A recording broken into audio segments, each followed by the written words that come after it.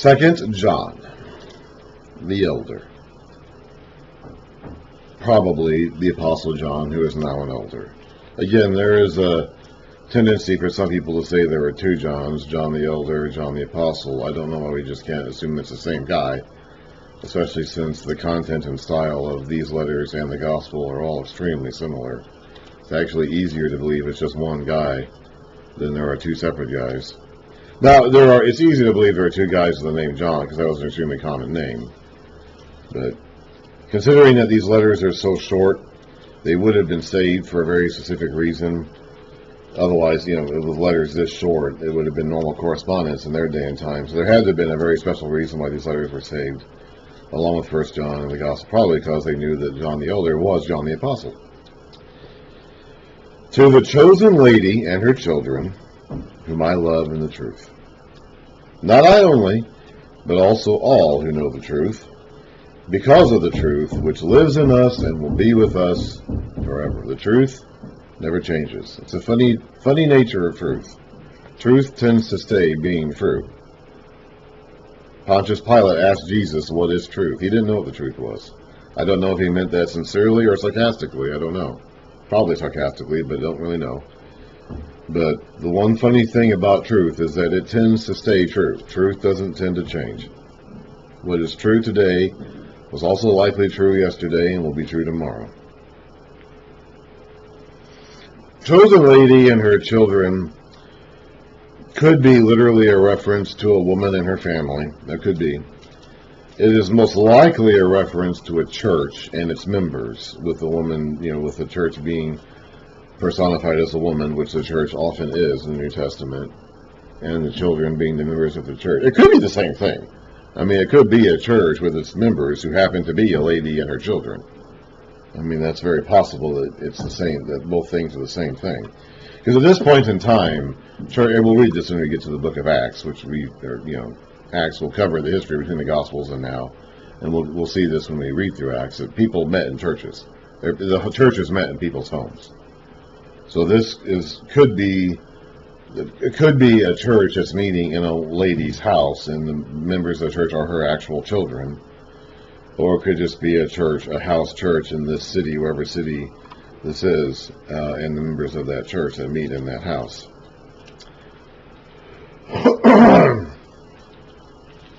There's an ancient tradition that links John the Apostle and John the Elder, same guy, with the city of Ephesus in his final days after Jerusalem fell, which this is pretty clearly being written after Jerusalem fell, because the conflict they're dealing with here is about this increasing denial of Jesus as a physical being, and that was something that came along later.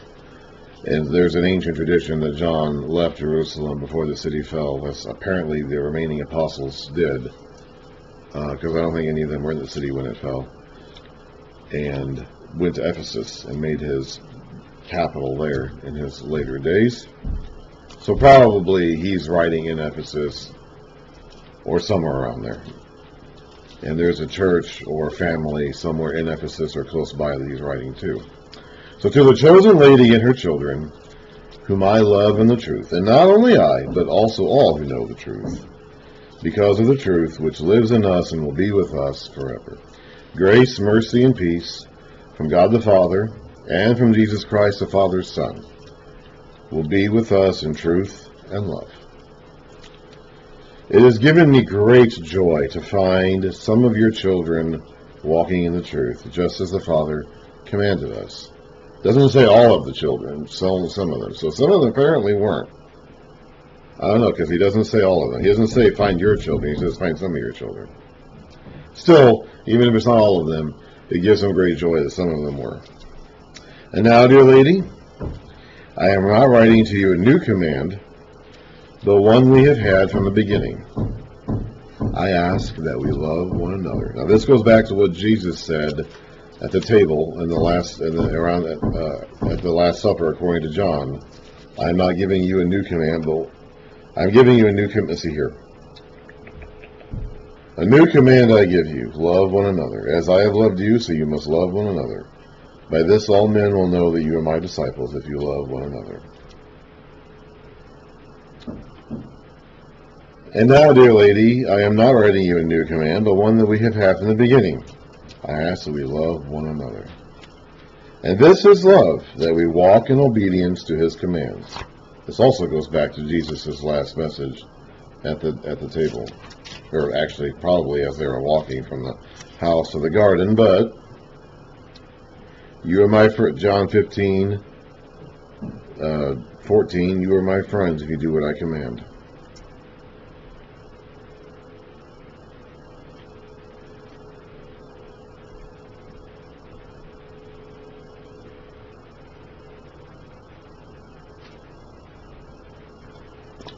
Oops.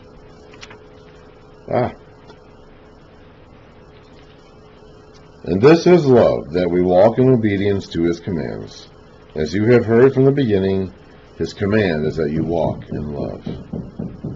Walk refers to a daily practice, something that you do on a consistent basis every day. Many deceivers who do not acknowledge Jesus Christ as coming in the flesh, have gone out into the world. Any such person is the deceiver and the antichrist, an anti-Messiah. He is saying that Jesus Christ did not come in the flesh. Either Jesus was not fully God, or God did not become Jesus. That God did not become fully man. These things could not happen. God and man cannot coexist together in the same body. Couldn't be done. So these deceivers are saying that Jesus Christ was not God, or that God was not Jesus Christ. Any such person is the deceiver and the antichrist. Watch out so you do not lose what you have worked for. So don't listen to them. Don't fall into their trap. Don't follow after them. Don't lose what you've worked for, that you may be rewarded fully. This goes into a theme that Paul will talk about in his letters when we get to the epistles of Paul, about being rewarded at the end of finish your race and receive a crown or some kind of reward. The race refers to, walking in Christ all the way to the end of your life. And when you do, you will receive some kind of prize, some kind of reward, some crown, whatever you want to call it, however that ends up being in the age to come. And we're not racing against each other. Each of us has our own individual race. So we're not competing with others to reach the top spot. We're all running the race that's been set up for us. Again, Paul will talk about this more in his epistles. Now, we can be disqualified from the race if we lose track of the goal and march off to our own thing, or in this case, follow these deceivers and go out this way. We can be disqualified from the race. So we can lose the race in the sense that we basically withdraw ourselves from it. We can't lose a race in terms of competing against other Christians, because we're not. But we can lose the race in terms of not finishing it, which we can choose not to do if we get sidetracked and distracted and go off. This goes again back to Jesus' message when he gave the parable of the farmer sowing the seeds. And some of the seeds were trampled on, the evil one came and snatched it away right away. Some of them grew, but they had shallow soil, so they didn't have deep roots, and so the sun scorched them and withered them away.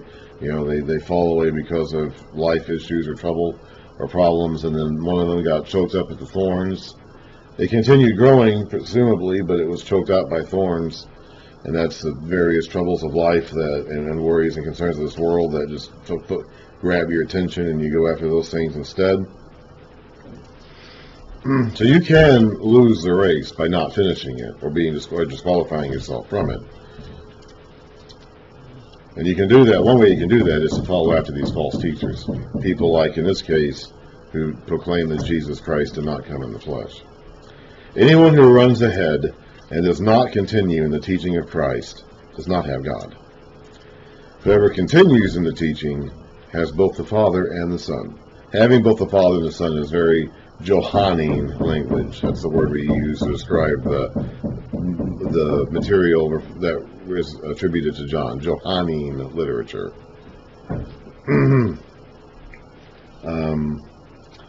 So basically, that's a very common theme in the Gospel of John, having the Father and the Son. If you have one, you have both. But in this case, you have neither. Or, if you deny, if you're an antichrist, you follow these antichrists, you have neither. But if you continue in the teaching, you have both. If anyone comes to you and does not bring this teaching, Do not take him into your house or welcome him. Anyone who welcomes him shares in his wicked work. Now, this is a reference to the first century custom of extending hospitality to traveling missionaries, which apparently was a big deal for the church at that time, and has been off and on ever since. Now, we in the Western world today have a hard time with this because we don't really have traveling missionaries. If we do, we usually have like these sponsored missionary trips or groups of people go out and are sponsored by the home church. But in this case, these traveling missionaries would just travel around and go from place to place and preach. Or maybe they were just regular Christians who would be traveling for business purposes or whatever, and they were dependent on lodging and food from other Christian families in the cities they were going to. So this guy is saying here, that John the Elder Apostle is saying that if someone comes along and has this false message, does not bring this teaching of the Father and the Son, brings the false teaching, he said, don't welcome him into your home. Don't extend hospitality to him. You can't be seen as sponsoring this false message. First of all, it might weaken you. If you listen to it, you might be persuaded by it. You might fall astray to it. But secondly, and probably more importantly in the grand scheme of things, if you're welcoming a false teacher into your home, you're sponsoring that person. You're essentially endorsing that person. And that would harm the credibility of the entire church. You can't do that. If someone is coming to you and asking for lodging and food, and they're bringing this false message, you can't extend your hospitality to them. It would go against your customs, and it would go against your instincts as Christians. But if they're not teaching the right message, and Paul will say in Galatians, if anyone brings a message to you other than the one that we proclaim, let him be condemned. This is a different message than the one that the false teacher. Paul is dealing with people who want Christians to become Jews, basically. Now, at this point in time, that's probably no longer an issue because the temple has likely fallen by now, and the Jewish state has ended. So we're not dealing with that anymore by the time John writes his epistles. And now we're dealing with the problem of people who are denying that Jesus Christ ever existed or denying that he ever came in the flesh. And this is still an issue today. There are people out there today who will still deny this. They will still. That's what we call like the quest of historical Jesus. Like, who really was Jesus? What did he really say? They don't believe what the Gospels say about Jesus, so they try to invent this historical Jesus figure in their own minds. And it's essentially the same thing these people back then were doing. We don't have a lot of trouble about Judaizing. If anything, the church has become like so distinct from Judaism that there's conflict between Christians and Jews because of how anti-Jewish the church has been since the fall of the temple in 70 AD. So that problem was a New Testament problem and didn't really carry forward after the first generation of Christians. But the problem of people who deny that Jesus Christ came in the flesh, that's been around ever since. You can't sponsor them, you can't welcome them into your home, you can't be seen as having anything to do with them. I have much to write to you, but I do not want to use paper and ink. Instead, I hope to visit you and talk with you face to face, so that our joy may be complete. There's nothing quite like a face-to-face conversation. Written correspondence has its purposes. It certainly does. It certainly does. I like writing more than I like speaking. But you don't quite get the same level of fellowship or appreciation or meaning without the face-to-face correspondence. The children of your chosen sister send their greetings. And that probably refers to the members of the church where John is stationed as he's writing this letter. I'll go ahead and make another video for 3rd John now.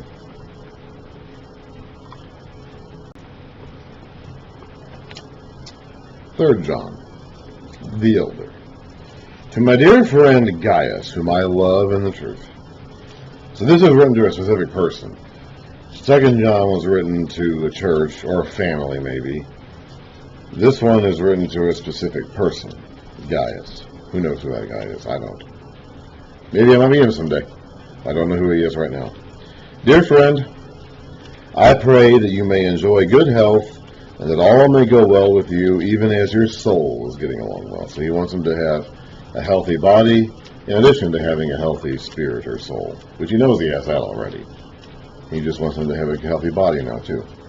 It gives me great joy to have some brothers come and tell me about your faithfulness to the truth and how you continue to walk in the truth. So he's living by the truth. He is conducting himself according to the truth. He's living in love. I have no greater joy than to hear that my children are walking in the truth. This guy is probably not John's actual child. Gaius is probably not his actual son, but this is probably a term of endearment. John sees him as his child in the truth. Similar to how Paul will see Timothy as his child in the truth. Dear friend, you are faithful in what you are doing for the brothers, even though they are strangers to you. So he is welcoming people into his house. He is showing hospitality to genuine Christian missionaries. Apparently ones who are sent by John himself, as we'll read about in a moment. They have told the church about your love. So that John apparently sent some people there, and now they've come back with a good report about Gaius. You will do well to send them on their way in a manner worthy of God. It was for the sake of the name that they went out, receiving no help from the pagans. So they went out to be missionaries to the truth, witnesses to testify to the truth. And they did not receive help from the outside world. They were only going to accept help from God and God's people. This is actually pretty similar, if you remember, way back and read the book of Ezra, when Ezra set out to go to Jerusalem from Babylon or Persia, I forget exactly where he started out from, and he did not. He was offered assistance and military assistance from the king, and the king offered to give him an armed troop to protect him and his other priests and Levites who went with him. But he said, "No, I'm going to depend on God for that protection." This is similar. They're not accepting help or receiving aid from the outside world. They're accepting help only from genuine Christians. In this case, Gaius. We ought therefore to show hospitality to such men, so that we may work together for the truth. So if they are a genuine Christian missionary, we should show hospitality to them. 2 John said, if they're bearing a false message, don't welcome them into your house. 3 John is praising this Gaius for accepting true teachers into his fellowship. I wrote to the church. Now, if that's referring to 2 John or not, I don't know. It could be. 2 John was written apparently to a church, and they could be referring to that, although it seems like if he had written to this church, that letter he would have been destroyed. But I wrote to the church, so some previous correspondence has already been had. But Diotrephes, who loves to be first, will have nothing to do with us. So this guy apparently is blocking John's efforts to witness, to communicate with Gaius's church, congregation. It could be that John had sent a letter to them previously, and with this letter carriers, like with these men who carried the letter, and Diotrephes destroyed that letter, maybe kicked those men out. Gaius may have welcomed them into his home, but Diotrephes may have kicked them out of the church assembly altogether. They went back and forward this to John. Something like that must have happened. So if I come, I will call attention to what he is doing, gossiping maliciously about us. So Diotrephes, you could look at it from the case that Diotrephes is just doing what he thinks John told them to do, and that is blocking false teachers and fellowship. If he has a problem with these missionaries that John has apparently sent, he may think that they're bearing a false message and is trying to keep them from, because John had said to do that. John had said, don't have fellowship with people who are bearing false messages. Diotrephes may just be overzealous in his pursuit of following that command. But it seems as though he has some other problem. He wants to be the guy in charge, and he apparently is jealous of John's influence over this church and is trying to cut off John from this church that he apparently is in charge of, this congregation. Because he's saying bad things about John, apparently in order to discredit him amongst the congregation goers. Now, whether he thinks it's because John is old and out of date and needs to be retired and get out of the way, or he thinks that John has a false message, or maybe Diotrephes is just evil. Maybe he is one of these false speakers who's trying to block out the truth so he can spread his own false message. I don't know. You see this sort of thing a lot, where someone takes over and tries to block access from the previous pastor or whatever, and tries to kind of stamp it, put his own stamp on the congregation. I mean, this sort of thing happens all the time. Happens in a business context, too, with a lot of takeovers of corporations and things like that. It's very common human nature. So if I come, I will call attention to what he is doing, gossiping maliciously about us. Not satisfied with that, he refuses to welcome the brothers. He also stops those who want to do so and puts them out of the church. So this is just an altogether rotten guy. He is stopping genuine Christian fellowship from happening. Maybe he thinks he has good reasons for doing it. Maybe he thinks these are not genuine Christian missionaries who are being sent. Or maybe he's just a bad guy who wants to cut his church off from the truth because he wants to teach them something else. I don't know. Dear friend, do not imitate what is evil. So don't be like Diotrephes. Don't do what he's doing. But what is good? Anyone who does what is good is from God. Anyone who does what is evil has not seen God. Demetrius is well spoken of by everyone, and even by the truth itself. We also speak well of him, and you know that our testimony is true. Demetrius is probably the guy who's carrying this letter. Apparently, John sent some other people initially. Diotrephes apparently kicked them out. Now, maybe Gaius welcomed them into his own home separately, but they didn't get to the church itself, apparently, because Diotrephes stopped them.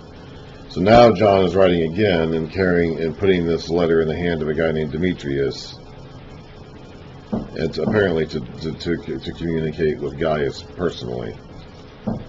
Demetrius is well spoken of by everyone, and even by the truth itself. We also speak well of him, and you know that our testimony is true. I don't know who he's referring to when he says we. Maybe just the leadership of whatever church he's a part of at this point. I'm not sure. I have much to write you, but I do not want to do so with pen and ink. I hope to see you soon, and we will talk face to face. And apparently at that time he's also going to say a thing or two to Diotrephes. Peace to you. The friends here send their greetings. Greet the friends there by name.